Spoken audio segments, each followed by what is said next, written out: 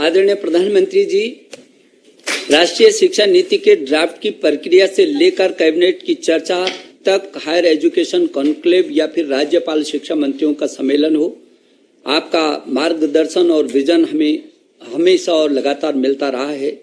इसी road map पर हम आगे भी बढ़ रहे हैं और भविष्यवादी प्रगतिवादी राष्ट्रीय शिक्षा नीति को लाने की सफलता के रास्ते को आगे बढ़ा रहे हैं। प्रधानमंत्री जी, आज स्कूल एजुकेशन कॉन्क्लेव में इसमें लगभग 15 लाख स्कूलों के 90 लाख से भी अधिक अध्यापकगण और 27 करोड़ से भी अधिक छात्र छात्राएं प्रधानमंत्री जी आपके आशीर्वाद के लिए आपको साथ जुड़े हुए हैं। प्रधानमंत्री जी, 25 देशों के जहां सीबीएसई बोर्ड के हमारे छात्र पढ़ रहे हैं, ऐसे 25 देशों के छात्र भी आज आपके आशीर्वाद के लिए यहाँ पर हैं। आपने हायर एजुकेशन कॉन्क्लेव में ऐसे विश्व नागरिक की बात की थी जो भारतीय मूल्यों से जुड़ा हो। निश्चित रूप से यह शिक्षा नीति ऐसा विश्व नागरिक को तैयार करेगी जो भारतीय मूल्यों से जुड़ा हो और अंतर्राष्ट्रीय प्रतिस्पर्धा पर भी भारत की पहचान दिला सके। ये आपका मार्गदर्शन हमेशा हमको रहा है। राज्यपाल सम्मेलन के दौरान आपने रचनात्मक और सकारात्मकता के साथ आगे बढ़ने का जो हमको विचार दिया प्रधानमंत्री जी, उस दिशा में हम लोग लगातार आगे बढ़ रहे हैं। विगत 2 दिनों से हमने स्कूली शिक्षा के जुड़े विषयों को 6 भागों में थीम आधारित चर्चा के साथ विस्तृत मंथन किया है। ये राष्ट्रीय पुरस्कारों से सम्मानित एवं स्कूली शिक्षा से जुड़े विशेषज्ञों ने अपने बहुमूल्य सुझाव दिए हैं और आज प्रधानमंत्री जी इन 6 थीमों पर विशेषज्ञों के साथ दिन भर हम परामर्श करेंगे। कस्तूरी रंगन जी, मंजुल भार्गव जी, श्रीधर जी सहित पूरी समिति के लोग भी आज दिन भर उन विशेषज्ञों के साथ यहाँ जुड़े होंगे, क्योंकि आज हम करोड़ों छात्र, अध्यापक और अभिभावक आपके मार्गदर्शन के लिए उत्सुक है। मैं आपसे बहुत विनम्रता पूर्वक प्रार्थना करता हूं कि आप हमको अपना आशीर्वाद दें। माननीय प्रधानमंत्री जी। मंत्रिमंडल के मेरे सहयोगी, देश के शिक्षा मंत्री श्री रमेश पोखरियाल निशंक जी, श्रीमान संजय धोत्रे जी, राष्ट्रीय शिक्षा नीति के प्रारूप को तैयार करने वाली समिति के अध्यक्ष डॉक्टर कस्तूरी रंगन जी, उनकी टीम के सम्मानित सदस्यगण, इस विशेष सम्मेलन में भाग ले रहे सभी राज्यों के शिक्षाविद, विद्वानगण, प्राचार्यगण, शिक्षकगण,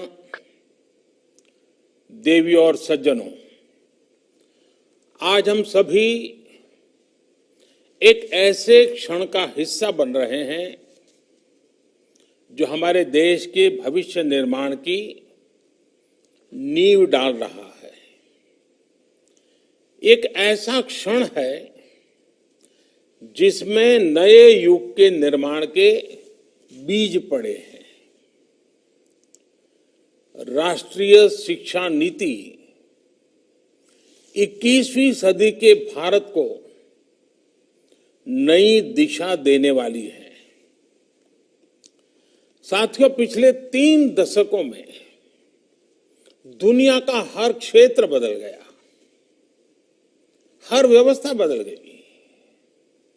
इन 3 दशकों में हमारे जीवन का शायद ही कोई पक्ष हो जो पहले जैसा ही रहा हो,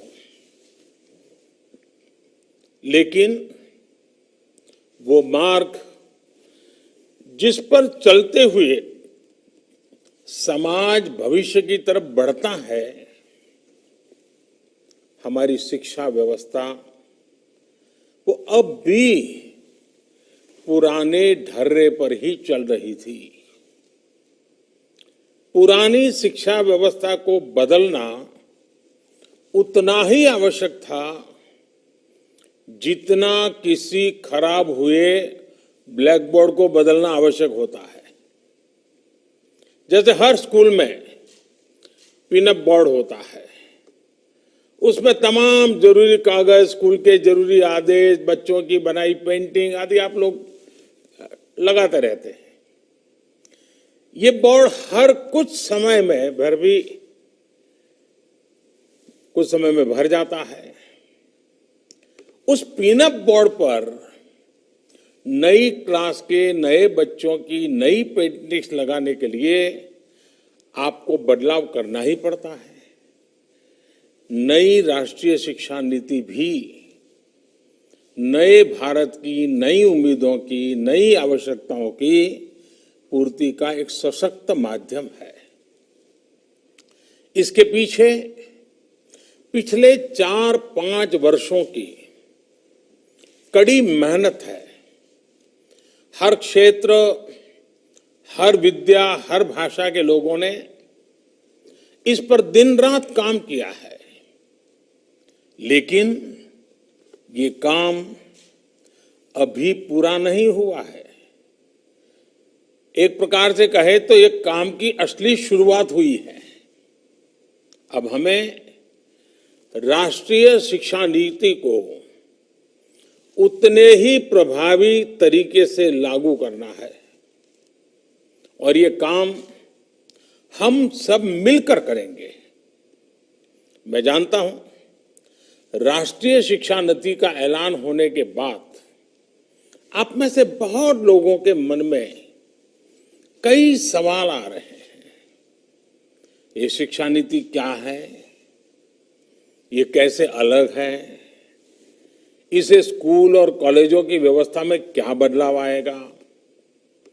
इस शिक्षा नीति में एक शिक्षक के लिए क्या है, एक छात्र के लिए क्या है, और सबसे अहम, इसे सफलतापूर्वक लागू करने के लिए क्या करना है, कैसे करना है? ये सवाल जायज भी हैं और जरूरी भी है। और इसलिए ही हम सब यहां इस कार्यक्रम में इकट्ठा हुए हैं ताकि चर्चा कर सके, आगे का रास्ता बना सके।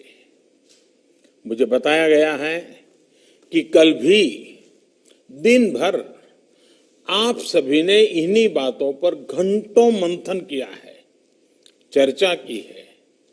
टीचर्स खुद अपने हिसाब से लर्निंग मटेरियल तैयार करें, बच्चे अपना टॉय म्यूजियम बनाएं, पेरेंट्स को जोड़ने के लिए स्कूल में कम्युनिटी लाइब्रेरी हो, तस्वीरों के साथ मल्टीलिंगुअल डिक्शनरी हो, स्कूल में भी किचन गार्डन हो। ऐसे कितने ही विषयों की बात हुई है।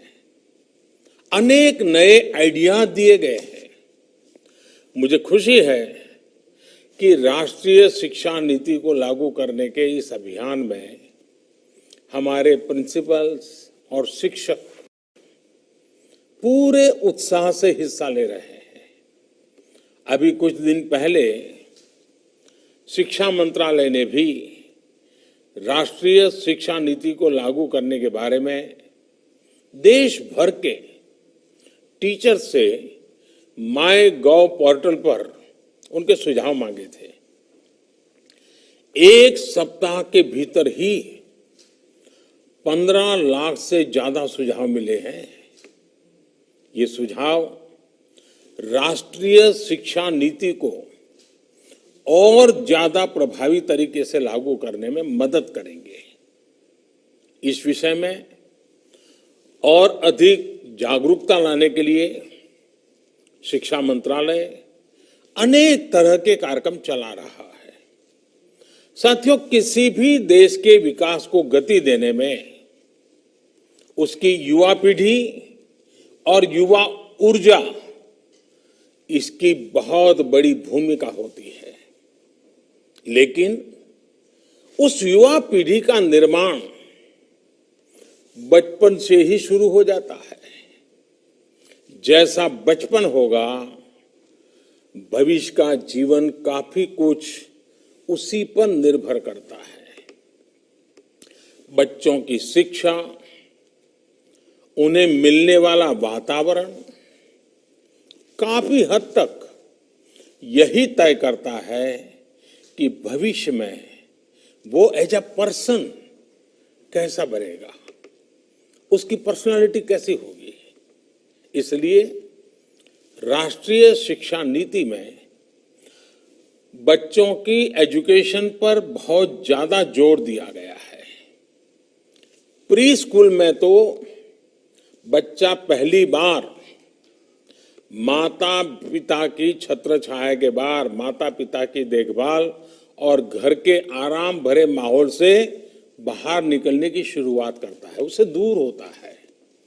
ये वो पहला पड़ाव होता है जब बच्चे अपने सेंसेस, अपनी स्किल्स को ज्यादा बेहतर तरीके से समझने की शुरुआत करते हैं। इसके लिए ऐसे स्कूल, ऐसे शिक्षकों की जरूरत है जो बच्चों को fun learning, playful learning, activity based learning और डिस्कवरी बेस्ड लर्निंग का एनवायरनमेंट दें। मैं जानता हूं कि आप सोच रहे होंगे कि कोरोना के इस टाइम में ये सब कैसे होगा। ये बात सोच से ज्यादा अप्रोच की है। और वैसे भी कोरोना से बने हालात हमेशा ऐसे ही तो नहीं रहने वाले हैं। बच्चे जैसे जैसे क्लास में आगे बढ़े, उनमें ज्यादा सीखने की भावना का विकास हो, बच्चों का मन, उनका मस्तिष्क वैज्ञानिक और तार्किक तरीके से सोचना शुरू करे, उनमें मैथमेटिकल थिंकिंग और साइंटिफिक टेम्परामेंट विकसित हो, ये बहुत आवश्यक है। और मैथमेटिकल थिंकिंग का मतलब केवल यही नहीं है कि बच्चे मैथमेटिक्स के प्रॉब्लम ही सॉल्व करें, बल्कि ये सोचने का एक तरीका है। ये तरीके हमें उन्हें सिखाना है। ये हर विषय को, जीवन के पहलू को मैथमेटिकल और लॉजिकल रूप में समझने का दृष्टिकोण है, ताकि मस्तिष्क अलग अलग पर्सपेक्टिव में एनालिसिस करें। ये दृष्टिकोण मन और मस्तिष्क का ये विकास बहुत जरूरी है। और इसलिए ही राष्ट्रीय शिक्षा नीति में इसके तौर तरीकों पर बहुत ज्यादा ध्यान दिया गया है। आप लोगों में से बहुत से लोग, बहुत से प्रिंसिपल्स ये सोच रहे होंगे कि हम तो अपने स्कूल में पहले से ही ऐसा करते हैं। हो सकता है आपकी बात सही भी हो, लेकिन बहुत से स्कूल ऐसे भी तो हैं जहां ऐसा नहीं होता है। एक समान भाव लाना भी तो जरूरी है। ये भी एक बड़ी वजह है जो आज आपसे मैं इतना विस्तार से, हो सके उतनी बारीकी पर बात कर रहा हूं। साथियों, राष्ट्रीय शिक्षा नीति में पुरानी 10+2 की जगह 5+3+4 इसकी व्यवस्था बहुत सोच समझ कर की गई है। इसमें early childhood care and education को एक बुनियादी के रूप में, नींव के रूप में शामिल किया गया है। आज हम देखें तो प्री स्कूल की प्लेफुल एजुकेशन शहरों में प्राइवेट स्कूलों तक ही सीमित है। वो अब गांवों में भी पहुंचेगी, गरीब के घर तक पहुंचेगी। गरीब हो, अमीर हो, गांव हो, शहर हो, हर किसी के, हर जगह के बच्चों को मिलेगी। मूलभूत शिक्षा पर ध्यान इस नीति का सबसे महत्वपूर्ण पहलू है। राष्ट्रीय शिक्षा नीति के तहत फाउंडेशनल लिटरेसी एंड न्यूमरेसी के विकास को एक राष्ट्रीय मिशन के रूप में लिया जाएगा। प्रारंभिक भाषा का ज्ञान, संख्या का ज्ञान बच्चों में सामान्य लेख को पढ़ने और समझने की क्षमता का विकास ये बहुत आवश्यक होता है। बच्चा आगे जाकर रीड टू लर्न करें, इसके लिए जरूरी है कि शुरुआत में वो लर्न टू रीड करना सीखे। लर्न टू रीड से रीड टू लर्न की ये विकास यात्रा फाउंडेशनल लिटरेसी एंड न्यूमरेसी के माध्यम से पूरी की जाएगी। साथियों, हमें ये सुनिश्चित करना है कि जो भी बच्चा तीसरी कक्षा पार करता है वो 1 मिनट में 30 से 35 शब्द तक आसानी से पढ़ पाए। इसे आप लोग ओरल रीडिंग फ्लुएंसी कहते हैं। जिस बच्चे को हम इस लेवल तक ला पाएंगे, शेप कर पाएंगे, सिखा पाएंगे, तो भविष्य में उस विद्यार्थी को बाकी सब्जेक्ट का कंटेंट समझने में और आसानी रहेगी। मैं इसके लिए आपको एक सुझाव देता हूं। ये जो छोटे छोटे बच्चे हैं, उनके साथ और 25-30 उनके दोस्त भी होंगे क्लास में। आप उनको कहिए कि चलो भाई, तुम कितनों के नाम जानते हो, बोलो। फिर कहो, अच्छा तुम कितनी तेजी से नाम बता सकते हो, बोलो। फिर कहिए कि तुम तेजी से भी बोलो और उसको वहां खड़ा भी करो। आप देखिए उतनी कितने प्रकार की टैलेंट डेवलप होने शुरू हो जाएगी और उसका कॉन्फिडेंस लेवल बढ़ जाएगा। फिर वही बातें बाद में लिखित रूप में रख करके उन्हीं अपने साथियों के नाम, चलो भाई तुम इसमें से किस किस के नाम बोलोगे, पहले फोटो रख करके दिखा सकते हैं, फिर शब्द लिख करके रखा सकते हैं। अपने ही दोस्तों की पहचान से वो सीखना शुरू कर दे। इसको लर्निंग की प्रक्रिया कहते हैं। इससे आगे की कक्षाओं में स्टूडेंट्स पर बोझ भी कम होगा, आप शिक्षकों पर भी बर्डन कम होगा।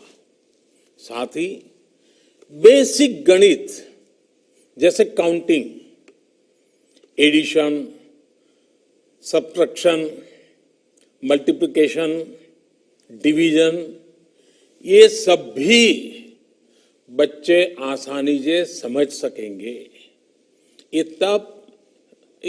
तब संभव होगा जब पढ़ाई किताबों और क्लास की 4 दीवारियों से बाहर निकालकर वास्तविक दुनिया से जुड़ेगी, हमारे जीवन से, आसपास के परिवेश से जुड़ेगी। आसपास की चीजों से, रियल वर्ल्ड से बच्चे कैसे सीख सकते हैं, इसका एक उदाहरण ईश्वर चंद्र विद्यासागर की एक जीवन कहानी में देखने को मिल रहा है। कहते हैं ईश्वर चंद्र विद्यासागर जी जब 8 साल के थे, उन्हें तब तक अंग्रेजी नहीं पढ़ाई गई थी। एक बार वो अपने पिता के साथ कोलकाता जा रहे थे। रास्ते में सड़क के किनारे उन्हें अंग्रेजी में लिखे माइलस्टोन्स दिखे। उन्होंने अपने पिता से पूछा कि यह क्या लिखा है। उनके पिताजी ने बताया कि इसमें कोलकाता कितनी दूर है ये बताने के लिए इंग्लिश में गिनती लिखी है। इस उत्तर से ईश्वरचंद्र विद्यासागर के बाल मन में और जिज्ञासा बढ़ी। वो पूछते रहे और उनके पिताजी उन मील के पत्थरों पर लिखी गिनती बताते रहे और कोलकाता पहुंचते पहुंचते ईश्वर चंद्र विद्यासागर पूरी इंग्लिश की काउंटिंग सीख गए। 1 2 3 4 7 8 9 10 उनको आ गया। ये है जिज्ञासा की पढ़ाई। जिज्ञासा से सीखने और सिखाने की शक्ति। साथियों, जब शिक्षा को आसपास के परिवेश से जोड़ दिया जाता है तो उसका प्रभाव विद्यार्थी के पूरे जीवन पर पड़ता है। पूरे समाज पर भी पड़ता है। जैसे जापान को देखिए, वहां शिनरिन योकू का प्रचलन है। शिनरिन का अर्थ है वन या जंगल, और योकू का मतलब है नहाना, यानी फॉरेस्ट बेथिंग। वहां स्टूडेंट्स को जंगलों में या जहां पेड़ पौधे बहुत हैं, ऐसी जगहों पर ले जाया जाता है जहां बच्चे प्रकृति को स्वाभाविक रूप से महसूस करें, पेड़ पौधों फूलों को सुने, देखें, टच, टेस्ट, स्मेल अनुभव करें। इससे बच्चों का प्रकृति और पर्यावरण के जुड़ाव भी होता है और उनके होलिस्टिक तरीके से डेवलपमेंट को भी बढ़ावा मिलता है। बच्चे इसे एंजॉय भी करते हैं और एक साथ कितनी सारी चीजें सीख भी रहे होते हैं। मैं जब गुजरात में मुख्यमंत्री था तो मैं एक कार्यक्रम चलाता था। हमने एक सूचना की सभी स्कूलों को, हमने कहा कि सभी स्कूल के बच्चे अपने गांव के अंदर सबसे बड़ी उम्र का पेड़ कौन सा है, जिस पेड़ की सबसे ज्यादा उम्र हो चुकी है वो ढूंढो। तो उनको सब जगह पे जाना पड़ा, गांव के आसपास के सारे पेड़ देखने पड़े, टीचर को पूछना पड़ा और फिर सब में सहमति बना कि भाई हाँ ये पेड़ बहुत पुराना है। और बाद में बच्चों ने स्कूल में आकर के उस पर गीत लिखे, निबंध लिखे, वक्तृत्व कथाएं की, यानी उस पेड़ का महात्मा क्या है। लेकिन उस पूरी प्रक्रिया में उनको कई पेड़ देखने पड़े, सबसे उम्र लायक पेड़ का ढूंढना पड़ा, बहुत सी चीजें वो सीखने लग गए। और मैं कह सकता हूं कि यह प्रयोग बहुत सफल रहा था। एक तरफ बच्चों को पर्यावरण की जानकारी मिली, साथ ही साथ उन्हें अपने गांव के विषय में ढेर सारी जानकारियां प्राप्त करने का मौका भी मिला। हमें इसी तरह के आसान और नए नए तौर तरीकों को बढ़ाना होगा। हमारे ये प्रयोग न्यू एज लर्निंग का मूल मंत्र होना चाहिए। एंगेज, एक्सप्लोर, एक्सपीरियंस, एक्सप्रेस और एक्सेल, यानी कि स्टूडेंट्स अपने रुचि के हिसाब में गतिविधियों में, घटनाओं में, प्रोजेक्ट्स में एंगेज हो, इसे अपने हिसाब से एक्सप्लोर करें। इन गतिविधियों, घटनाओं, प्रोजेक्ट्स को विभिन्न दृष्टिकोण अपने एक्सपीरियंस से सीखे। ये उनका पर्सनल एक्सपीरियंस हो सकता है या कोलैबोरेटिव एक्सपीरियंस हो सकता है। फिर बच्चे रचनात्मक तरीके से एक्सप्रेस करना सीखे। इन सब को मिलाकर ही फिर एक्सेल करने का रास्ता बनता है। अब जैसे कि हम बच्चों को पहाड़ों पर, ऐतिहासिक जगहों पर, खेतों में, सुरक्षित मैन्युफैक्चरिंग यूनिट्स में लेकर जा सकते हैं। अब देखिए, आप क्लासरूम में उनको रेलवे का इंजन पढ़ाएं, क्लासरूम में आप उनको बस पर पढ़ाएं, लेकिन कभी तय करें कि अगर गांव के नजदीक में रेलवे स्टेशन है तो चलो जाएंगे। बच्चों को स्टेशन पे ट्रेन आती है तो इंजन कैसा होता है दिखाएंगे। फिर कभी बस स्टेशन पे ले जाएंगे, बस कैसा होता है दिखाएंगे। वो देख करके सीखना शुरू कर लेता है। मैं जानता हूं कई प्रिंसिपल्स और शिक्षक जरूर ये सोच रहे होंगे कि वो तो अपने स्कूल में, कॉलेज में ऐसा ही करते हैं। मैं मानता हूं बहुत से टीचर बड़े इनोवेटिव होते हैं और जी जान से लगे होते, करते रहते हैं, लेकिन ये सब जगह नहीं होता है। और हमने इन सारी अच्छी चीजों को जितना ज्यादा फैलाएंगे, हमारे साथी शिक्षकों भी सीखने का मौका मिलेगा। और इस वजह से बहुत से छात्र प्रैक्टिकल नॉलेज से दूर रह जाते हैं। टीचरों का एक्सपीरियंस जितना ज्यादा शेयर होगा, वो बच्चों के लाभ में जाएगा। साथियों, हमारे देश भर में हर क्षेत्र की अपनी कुछ न कुछ खूबी है। कोई न कोई पारंपरिक कला, कारीगरी, प्रोडक्ट्स हर जगह के मशहूर हैं। जैसे कि बिहार में भागलपुर की साड़ियां, वहां का सिल्क देश भर में फेमस है। स्टूडेंट्स उन करघों, हाथ करघों में विजिट करें, देखें आखिर ये कपड़े बनते कैसे हैं। उनको सिखाया जाए, जरा तुम जो उसके मालिक हैं, जो उस पर काम कर रहे हैं, इनको जरा सवाल पूछो। क्लासरूम में सवाल सिखा करके ले जाया जाए। फिर उनको कहा जाएगा आकर के बताओ भाई तुमने क्या पूछा था, क्या जवाब मिला। एक ही साधु, यही तो लर्निंग है। जब वो पूछेगा स्पेसिफिक कि भाई आप धागा कहाँ से लाते हो, धागे का रंग कैसे होता है, ये साड़ी में चमक कैसे आती, वो बच्चा से अपनी मर्जी से पूछने लगेगा।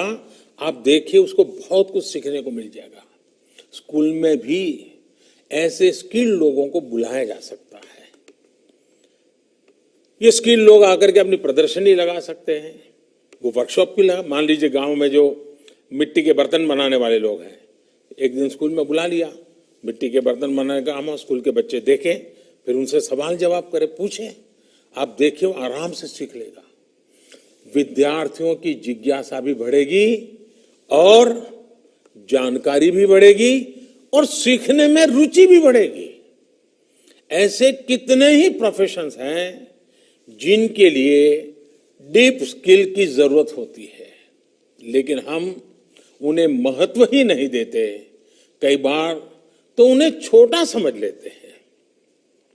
अगर स्टूडेंट्स इन्हें देखेंगे, जानेंगे, तो एक तरह का भावात्मक जुड़ाव होगा। स्किल्स को समझेंगे, उनकी रिस्पेक्ट करेंगे। हो सकता है बड़े होकर इनमें से कई बच्चे ऐसे ही उद्योगों से जुड़े होंगे, वो हो सकता है वही बड़े मालिक बन जाए, बड़े उद्योगकार बन जाए। सीखने का वहीं शुरू हो जाता है। बच्चों में संवेदना जगाने की बात जब आती है, अब बच्चे ऑटो रिक्शा में स्कूल आते हैं, क्या कभी उन बच्चों को पूछा कि उस ऑटो रिक्शा वाला का नाम क्या है जो तुम्हें रोज ले आता है, उसका घर कहाँ है, क्या कभी उसने उसके जन्मदिन को आपने मनाया था क्या कभी आप उसके घर गए थे क्या कभी आपके माँ बाप को वो मिला था क्या।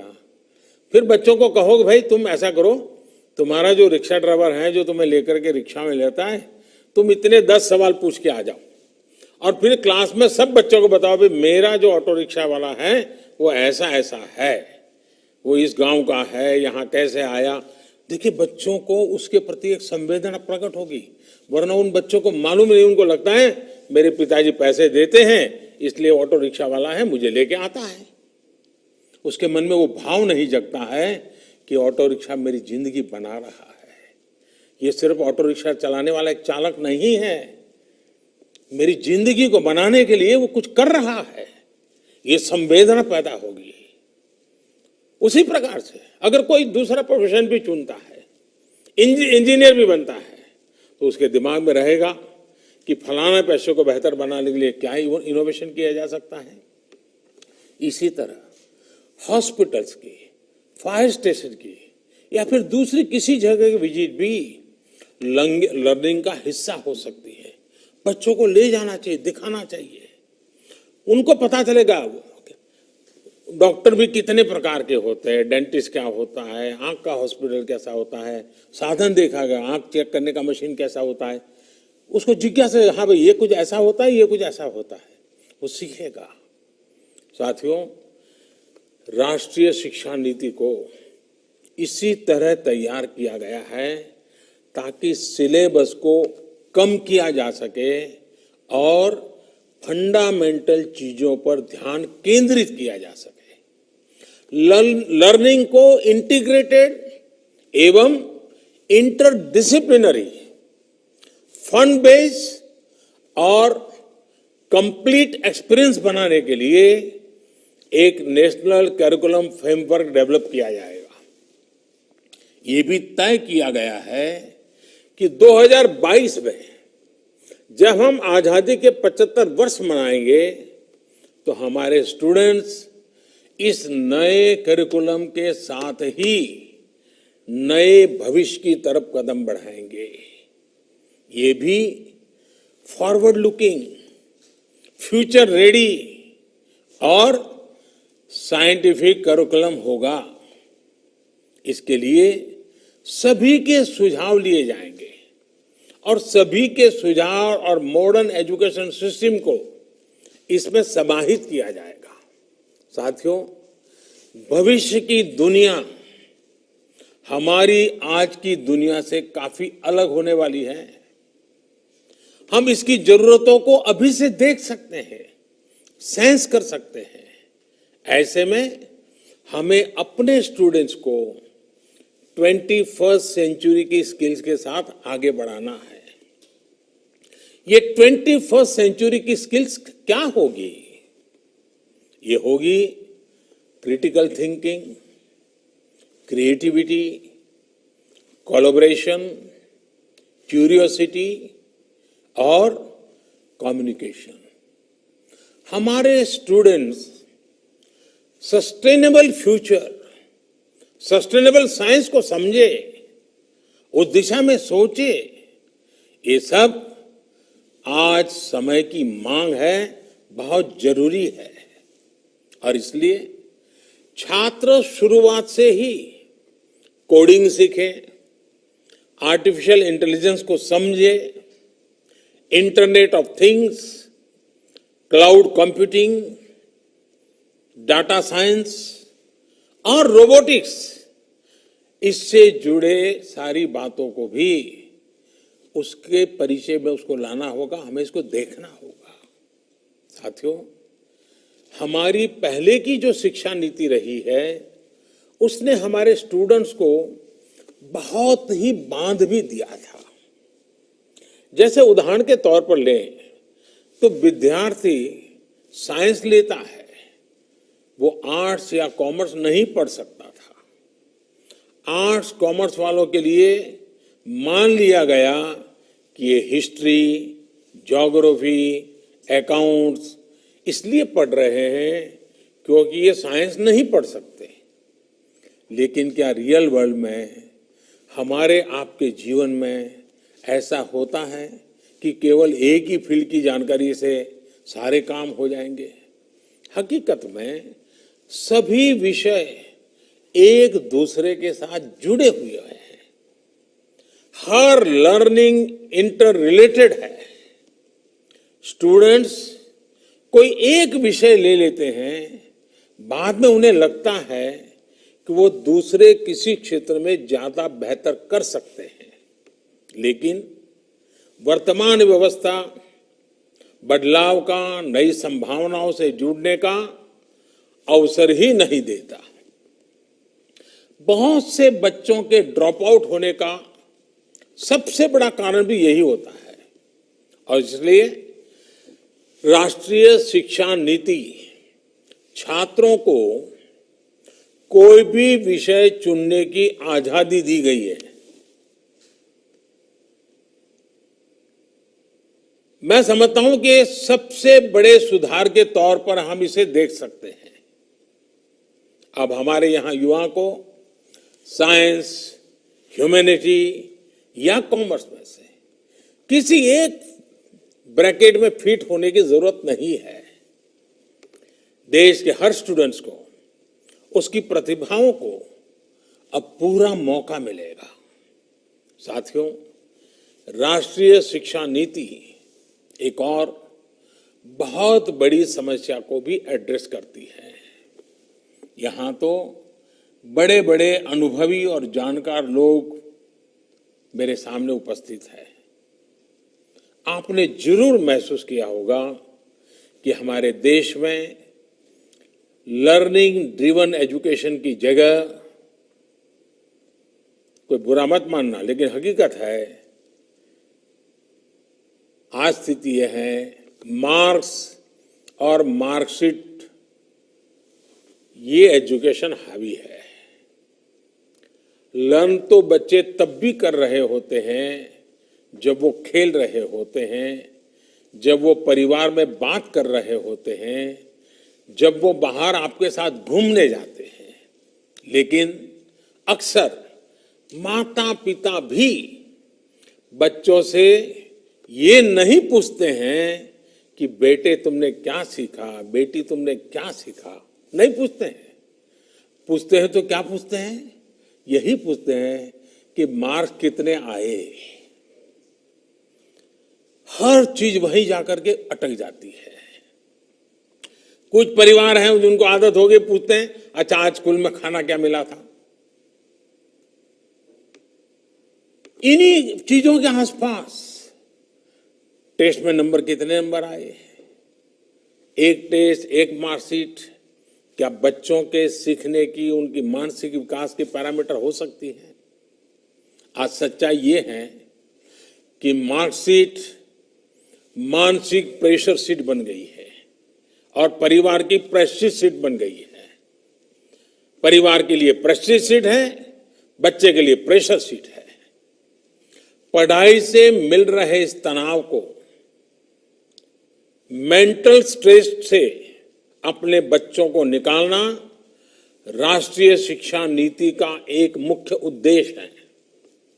परीक्षा इस तरह होनी चाहिए कि छात्रों पर इसका बेवजह का दबाव न पड़े और कोशिश ये है कि केवल एक परीक्षा से छात्र छात्राओं का मूल्यांकन न किया जाए, बल्कि self assessment, peer to peer assessment, ये छात्रों के विकास के विभिन्न पहलुओं का मूल्यांकन हो।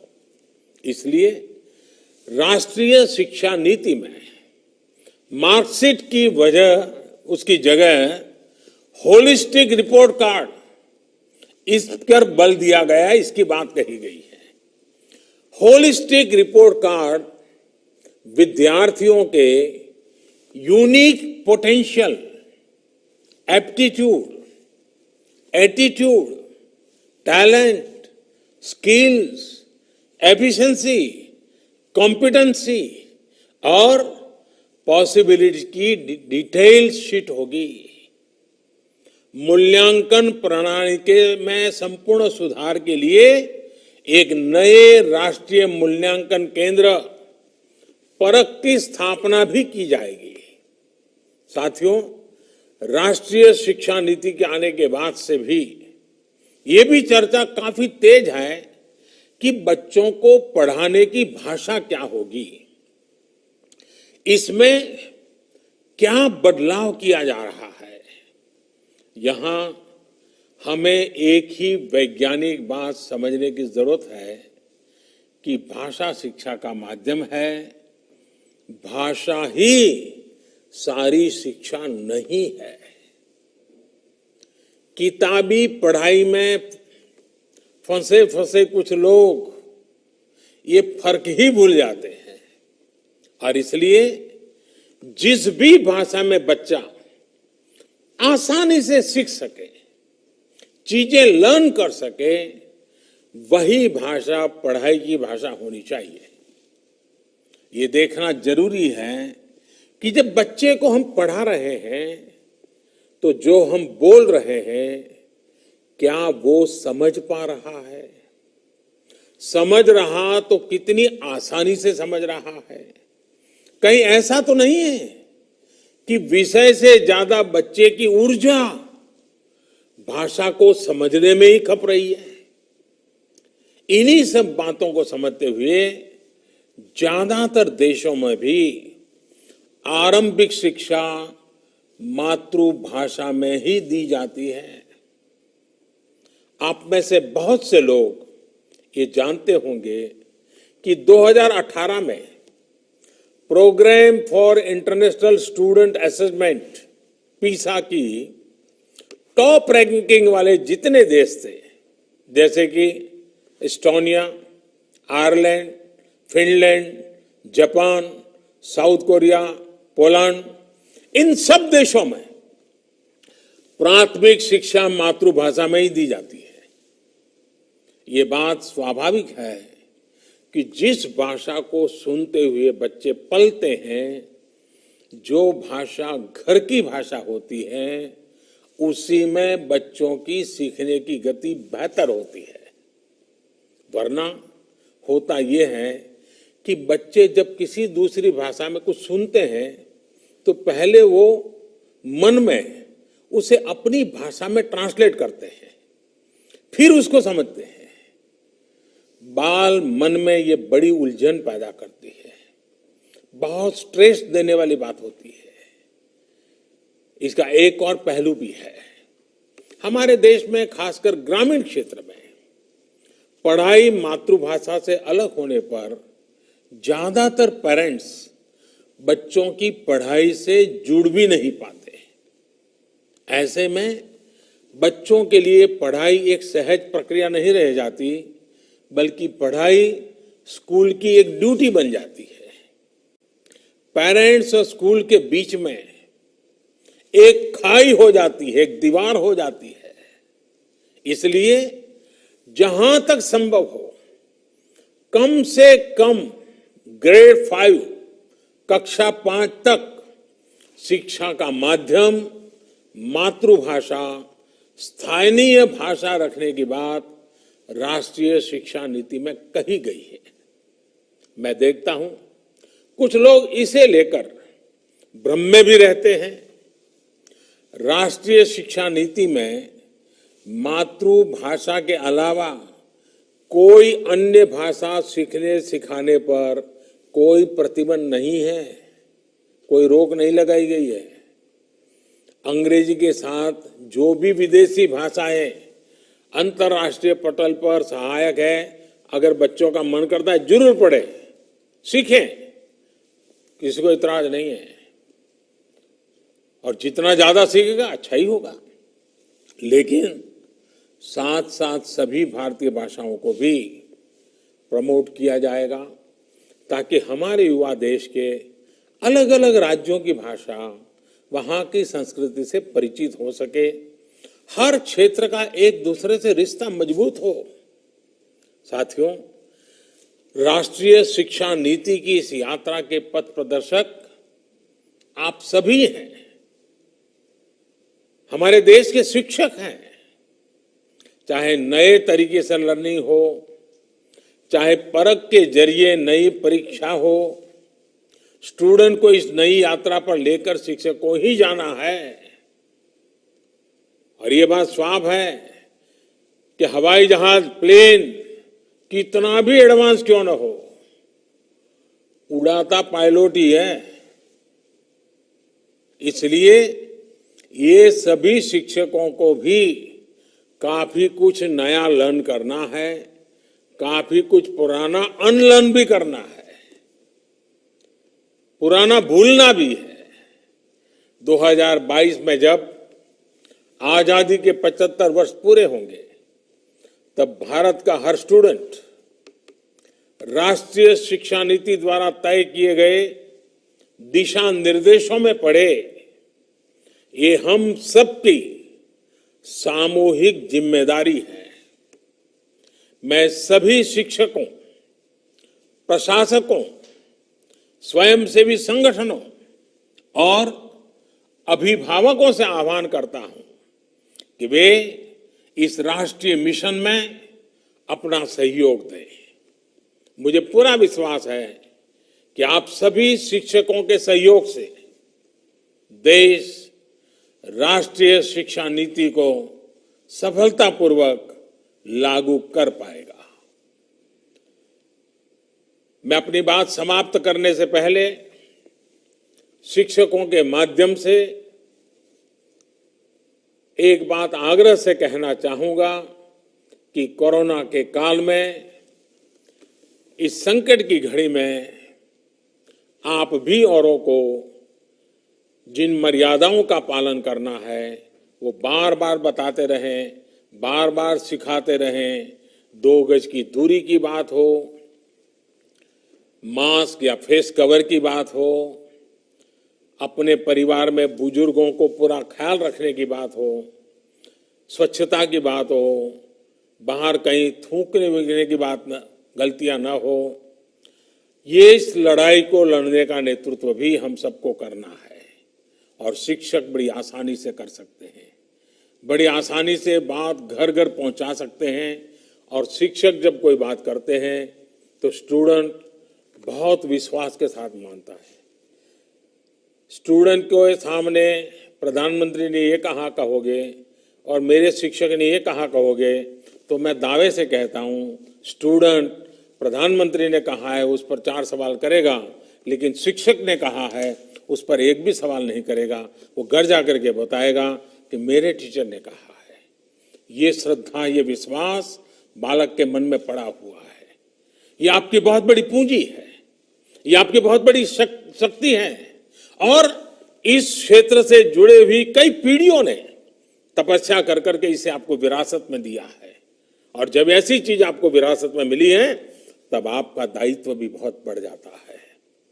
मुझे विश्वास है मेरा देश का शिक्षक वृंद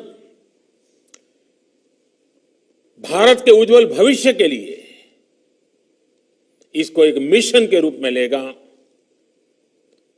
मन लगा करके करेगा। देश का एक एक बालक आपकी शिक्षा को ग्रहण करने के लिए तैयार होता है, आपके आदर्शों का पालन करने के लिए तैयार होता है, आपके इरादों को चरितार्थ करने के लिए तैयार होता है। वो दिन रात मेहनत करने के लिए तैयार होता है। अगर एक बार शिक्षक कह दे वो सब कुछ मानने को तैयार होता है। मैं समझता हूं कि माँ बाप, शिक्षक, शिक्षक संस्थान, सरकारी व्यवस्था, हम सब ने मिल करके इस काम को करना है। मुझे विश्वास है कि ये जो ज्ञान यज्ञ चल रहा है, ये जो शिक्षा पर्व चल रहा है, 5 सितंबर से लेकर के लगातार अलग अलग क्षेत्र के लोग इसको आगे बढ़ाने के लिए काम में लगे हैं। ये प्रयास बहुत ही अच्छे परिणाम लाएगा, समय से पहले परिणाम लाएगा और सामूहिक कर्तव्य के भाव के कारण होगा। इस विश्वास के साथ मैं फिर एक बार आप सबका बहुत बहुत धन्यवाद करता हूं। आप सबको बहुत बहुत शुभकामनाएं देता हूं और हमेशा हमेशा मैं टीचर को नमन करता हूं। आज वर्चुअल माध्यम से भी आपको नमन करते हुए मैं मेरी वाणी को विराम देता हूं। बहुत बहुत धन्यवाद।